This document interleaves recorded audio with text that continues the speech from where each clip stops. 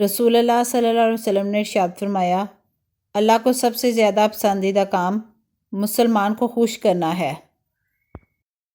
سخت دل آدمی اللہ سے بہت دور رہتا ہے۔ معاف کر دینے سے اللہ تعالیٰ عزت میں اضافہ فرماتا ہے۔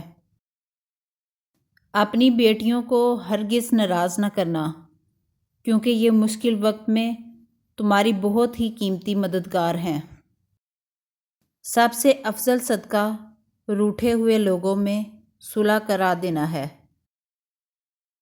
جو شخص اپنے دل میں بڑا بنا اور اپنی چال میں اکڑ کر چلا، وہ اللہ سے اس حال میں ملے گا کہ اللہ تعالیٰ اس پر سخت غصے میں ہوگا۔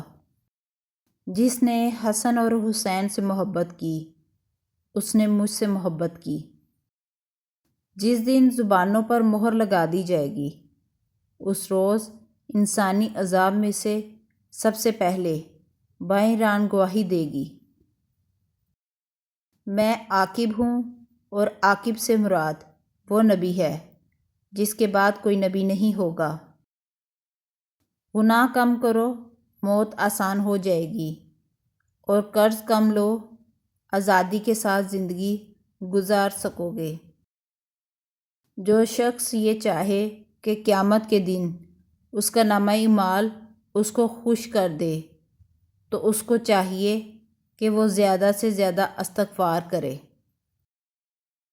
دلوں پر بھی زنگ لگ جاتا ہے جیسے تانبے پر زنگ آ جاتا ہے، اور دلوں کا زنگ دور کرنے والی چیز استغفار ہے۔ اللہ تعالیٰ فرماتا ہے، اے ابن آدم، تو خرچ کرتا جا، میں تجھ کو دیے جاؤں گا۔ ہم رزق کو نہیں، رزق میں تلاش کرتا ہے۔ نبی کریم صلی اللہ علیہ وسلم کا فرمان ہے، بلا شبہ انسان کا رزق اس کو موت سے بھی زیادہ شدت سے تلاش کرتا ہے۔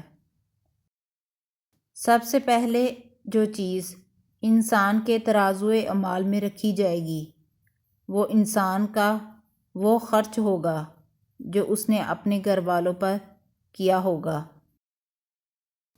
اللہ کے کچھ بندے ایسے بھی ہیں کہ اگر وہ اللہ کی قسم کھا لیں تو اللہ تعالیٰ خود ان کی قسم پوری کرتا ہے۔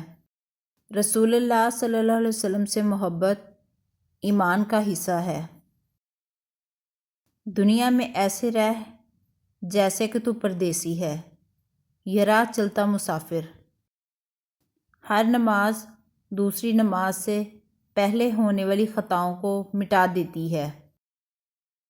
جو مسلمان مجھ پر درود پڑھتا ہے، اس کے لیے فرشتے استغفار کرتے ہیں۔ اللہ نے تم پر ماں کی نافرمانی حرام قرار دی ہے، اور والدین کے حقوق نہ دینا اور نہ حق ان سے مطالبات کرنا بھی حرام قرار دیا ہے۔ جو آدمی غصے کو پی جاتا ہے اور غصہ کرنے پر قادر بھی ہوتا ہے، اللہ اس کے دل کو ایمان سے بھر دیتا ہے۔ ہر انسان کے ہاتھوں تمہارا ٹوٹنا اس لیے بھی ضروری تھا کہ تم جان سکو، اللہ کے سوا کوئی اپنا نہیں ہوتا۔